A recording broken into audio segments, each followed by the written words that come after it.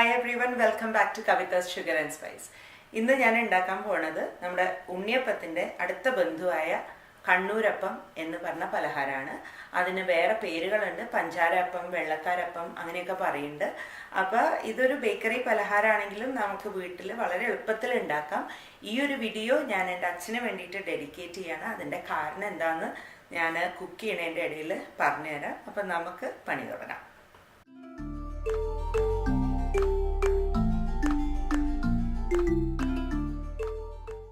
അങ്ങനെ നമ്മുടെ കണ്ണൂരപ്പത്തിനായിട്ട് നമുക്ക് ആദ്യം 1 കപ്പ് പച്ചരി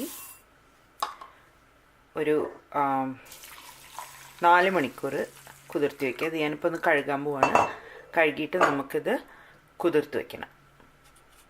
4 മണിക്കൂർ കഴിഞ്ഞു. നമുക്ക് ഈ പച്ചരി ഇതിലേക്ക് ഇടാം. മിക്സിയിലേക്ക് ഒരുപാട് വെള്ളം ചേർക്കരുത്, അപ്പം നന്നായിട്ട് അരഞ്ഞു വരില്ല. പിന്നെ ഇത് വല്ലാതെ പേസ്റ്റ് ആക്കേണ്ട കാര്യമില്ല കേട്ടോ, ഒരുവിധം അരച്ചാൽ മതി. അപ്പോൾ 1 കപ്പ് അരിക്ക് ഞാൻ 1/4 കപ്പ് ചോറ്, 1/4 കപ്പ് മൈദ. ഇതിൻ്റെ തന്നെ വെള്ളം ഞാൻ കുറച്ച് മാറ്റി വെച്ചിട്ടുണ്ട്. അപ്പം അത് കൂട്ടിയിട്ട് ഞാനിതൊന്ന് അരച്ചെടുക്കാം. അങ്ങനെ നമ്മുടെ മാവ് നല്ല പാകത്തിന് അരിഞ്ഞിട്ടുണ്ട്. നമുക്കൊരു പാത്രത്തിലേക്ക് മാറ്റാം.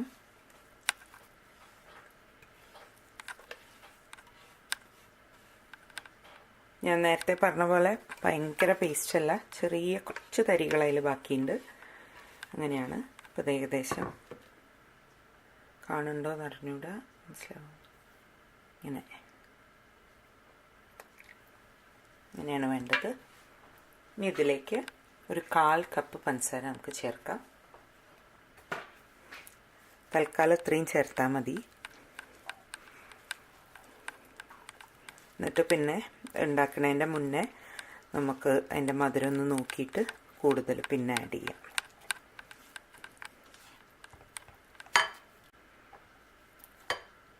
ഇതിൻ്റെ ഒരു കൺസിസ്റ്റൻസി കാണുന്നുണ്ടല്ലോ അല്ലേ, ഇതിങ്ങനെ. ഇത് നമുക്കിനി ഒരു 8 മണിക്കൂർ പൊങ്ങാനായിട്ട് വയ്ക്കാം. ഒന്ന് ഫെർമെൻ്റ് ആവണത്, അപ്പോഴേ നമുക്ക് നല്ല അപ്പം ഉണ്ടാക്കാൻ പറ്റുള്ളൂ.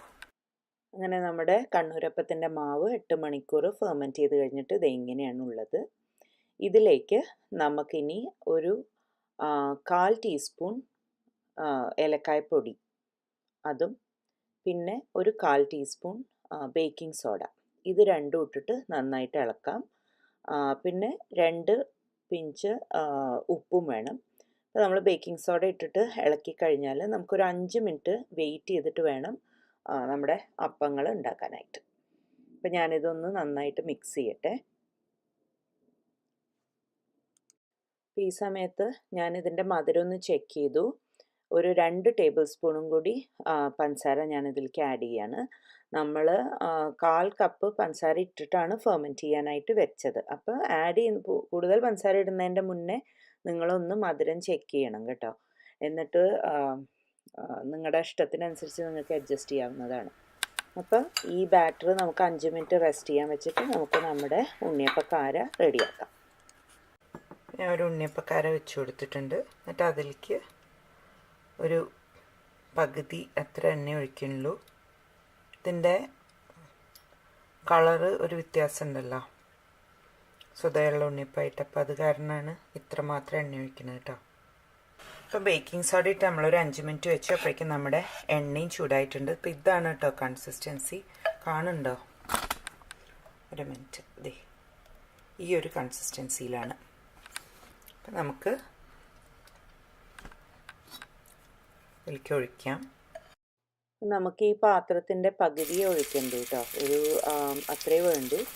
ഏതായാലും അത് ഒഴിക്കുന്ന സമയത്ത് ഞാൻ പറയാമെന്ന് പറഞ്ഞ കഥ പറഞ്ഞുതരാം. അതായത് ഞങ്ങൾ നാട്ടിൽ പോകുമ്പം അച്ഛനും അമ്മയ്ക്കും ഏറ്റവും വലിയ സന്തോഷം എന്ന് പറഞ്ഞാൽ ഞങ്ങൾക്ക് ഇഷ്ടമുള്ള ഭക്ഷണങ്ങളൊക്കെ വാങ്ങി തരിക, ഉണ്ടാക്കി തരിക എന്നുള്ളതാണ്. അപ്പം എനിക്ക് ഭയങ്കര ഇഷ്ടമുള്ളൊരു സാധനമാണ് ഈ കണ്ണൂരപ്പം.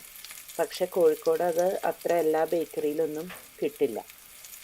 പക്ഷേ അച്ഛൻ നാട്ടിൽ നിന്ന് ഞങ്ങൾ ഇങ്ങോട്ടേക്ക് തിരിച്ചു വരുന്നതിൻ്റെ മുന്നേ ആയിട്ട് എന്തായാലും എവിടുന്നെങ്കിലും ഈ കണ്ണൂരപ്പം സംഘടിപ്പിച്ച് കൊണ്ടുവന്നിട്ടുണ്ടാകും. അത് അച്ഛന് നിർബന്ധമാണ്. അപ്പോൾ അതുകൊണ്ട് തന്നെ എനിക്ക് കണ്ണൂരപ്പം എന്ന് പറയുമ്പം അച്ഛൻ്റെ ആ ഒരു സ്നേഹവും കരുതലൊക്കെയാണ് എപ്പോഴും ഓർമ്മ വരിക.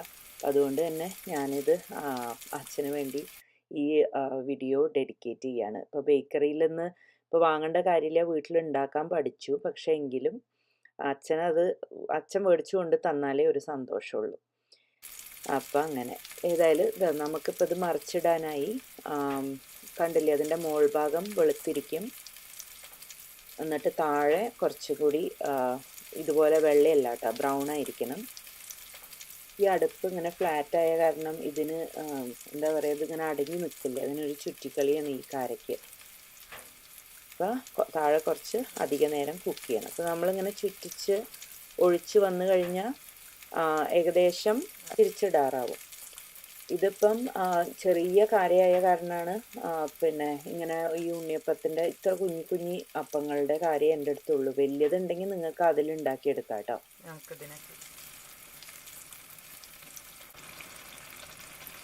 ഇനിയിപ്പം നമുക്കിതെടുക്കാം. അടി ബ്രൗണായി, മുകളിൽ വെള്ളയും. ഇതിലും ബ്രൗൺ ആക്കണമെങ്കിൽ അങ്ങനെ ചെയ്യാം കേട്ടോ.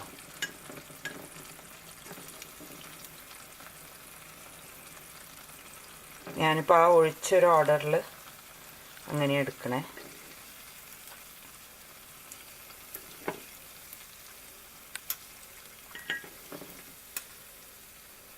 എങ്ങനെയുണ്ട്? കാണാൻ നല്ല സുന്ദര കുട്ടപ്പന്മാരല്ലേ? നമുക്കൊരു 24 തൊട്ട് 28 എണ്ണം വരെ ഈ മാവിൻ്റെ അളവിൽ ഉണ്ടാക്കാം കേട്ടോ. അങ്ങനെ നമ്മുടെ കണ്ണൂരപ്പം അല്ലെങ്കിൽ പഞ്ചാരയപ്പം റെഡി ആയിട്ടുണ്ട്. ഇതാണ് അതിൻ്റെ രൂപം. മുകളിൽ വെള്ളയും പുറകിലായിട്ട് താഴെ കുറച്ച് ബ്രൗണിഷ് ഷെയ്ഡുമായിട്ടുള്ള ഈ അടിപൊളി പലഹാരം എല്ലാവരും ട്രൈ ചെയ്ത് നോക്കൂ. ഇടയ്ക്ക് ഉണ്ണിയപ്പം ഉണ്ടാക്കുന്നതിന് പകരം നിങ്ങൾക്ക് ഇതൊന്ന് സബ്സ്റ്റിറ്റ്യൂട്ടൊക്കെ ചെയ്ത് നോക്കാം. ഒരു ഡിഫറെൻ്റ് ആയിട്ടുള്ള പലഹാരമല്ലേ. അപ്പോൾ എല്ലാവരും ട്രൈ ചെയ്ത് നോക്കൂ, എന്നിട്ട് അഭിപ്രായങ്ങളൊക്കെ അറിയിക്കൂ കേട്ടോ. Thank you for watching and have A wonderful day. Bye bye.